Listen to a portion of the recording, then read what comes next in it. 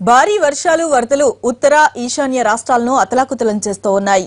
20 ఏళ్లలో ఎప్పుడూ లేని విధంగా పశ్చిమ బెంగాల్ను కుంభవృష్టి ముంచెత్తింది. అటు అస్సోం, ఉత్తరాఖండ్ రాష్ట్రాల్లో కూడా పరిస్థితి తీవ్రంగా ఉంది. భారీ వర్షాల కారణంగా 1,50,000 మంది నిరాశ్రయులయ్యారు. ముంబై, ఢిల్లీ మహానగరాలు తడిసి ముద్దయ్యాయి. మహారాష్ట్ర, గుజరాత్లో కూడా రుతుపవనాల ప్రభావం కనిపిస్తోంది. దక్షిణాది కంటే ఉత్తరాదిలో రుతుపవనాల ప్రభావం ఎక్కువగా కనిపిస్తోంది. దాదాపుగా అన్ని రాష్ట్రాల్లోనూ ఏకధాటిగా వర్షాలు కురుస్తున్నాయి. ఇప్పటికే అసోంలో వరద బేభత్సం సృష్టిస్తుంటే తాజాగా పశ్చిమ బెంగాల్ను భారీ వర్షాలు ముంచెత్తాయి. అతి భారీ వర్షంతో కోల్కతా జలమయంగా మారింది. పర్యాటక ప్రాంతాలైన సిలిగురి, డార్జిలింగ్, జల్పాయిగురితో పాటు అనేక జిల్లాలు వరద ముంపులో చిక్కుకున్నాయి. దాదాపు 150 గ్రామాలు నీట మునిగాయి. వేలాది ఎకరాల్లో పంట నీట మునిగింది.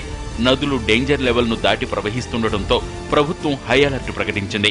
ప్రభుత్వం యుద్ధ ప్రాతిపదికన సహాయక చర్యలు ప్రారంభించింది. వరద ప్రభావిత ప్రాంతాల్లోని ప్రజలను సురక్షిత ప్రాంతాలకు తరలిస్తున్నారు. పాఠశాలలను తాత్కాలికంగా మూసివేశారు. మరోవైపు వరదలతో అతలాకుతలమవుతున్న అసోంలో పరిస్థితి తీవ్రంగా మారింది. బ్రహ్మపుత్రతో పాటు దాని ఉపనదులు ఉధృతంగా ప్రవహిస్తున్నాయి. వరదల కారణంగా దాదాపు 1,27,000 మంది నిరాశ్రయులయ్యారు. 19 జిల్లాల్లో 322 రిలీఫ్ క్యాంప్స్ ను ఏర్పాటు చేసి సహాయక చర్యలు కొనసాగిస్తోంది ప్రభుత్వం. వరదల కారణంగా దుబ్రీ జిల్లా దారుణంగా దెబ్బతింది. 1,37,000 ఎకరాల్లో పంట నష్టపోయింది. రుతుపవనాల ప్రభావం గుజరాత్, మహారాష్ట్ర, ఢిల్లీ పైన ఎక్కువగానే ఉంది. నేషనల్ క్యాపిటల్ రీజియన్ పరిధిలో భారీ వర్షాలు కురుస్తున్నాయి. అటు ముంబై తీరాన్ని వర్షం ముంచెత్తింది. 2 రోజుల నుంచి చిరుజల్లులు కురిపిస్తున్న వరుణుడు ఒక్కసారిగా విరుచుకుపడ్డాడు. దీంతో ముంబైలో జనజీవనం స్తంభించిపోయింది.